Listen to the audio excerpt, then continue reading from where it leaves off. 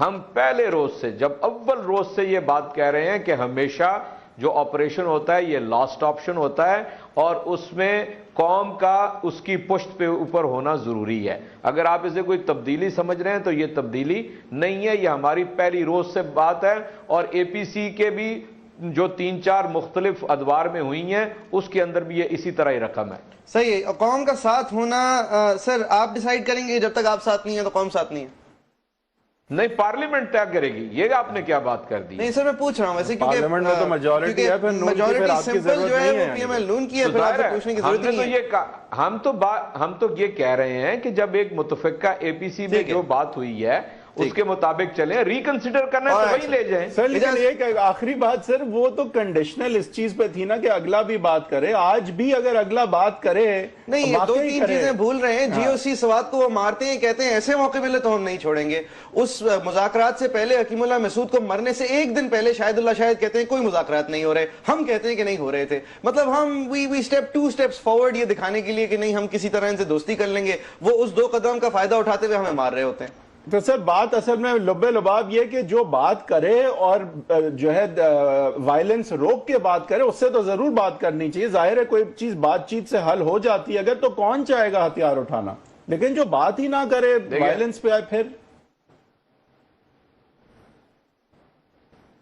Hello جی چوہے صاحب, آواز آ رہی؟ میں دیکھیے میں یہ کہنا چاہتا ہوں کہ مذاکرات ہمیشہ پوزیشن آف اسٹرینتھ سے ہوتے ہیں. جو حکمت عملی اس طرح کی اختیار کی جائے گی ہم بالکل اس کا ساتھ, صحیح ہے, ہم اس کے ساتھ ہوں گے. اعجاز چوہدری صاحب آپ کا بہت شکریہ. اور حیدر عباس رضوی صاحب, جو کہ ویورز کو آج حیدر عباس رضوی صاحب لگے ہوں گے لیکن by education is a chemical engineer, آپ کا بھی بہت شکریہ رضوی صاحب. Thank you very much for your time. Viewers thank you very much for watching. facebook.com/agenda360 پہ جا کے آپ کامنٹ کر سکتے ہیں. We should be back with you next week.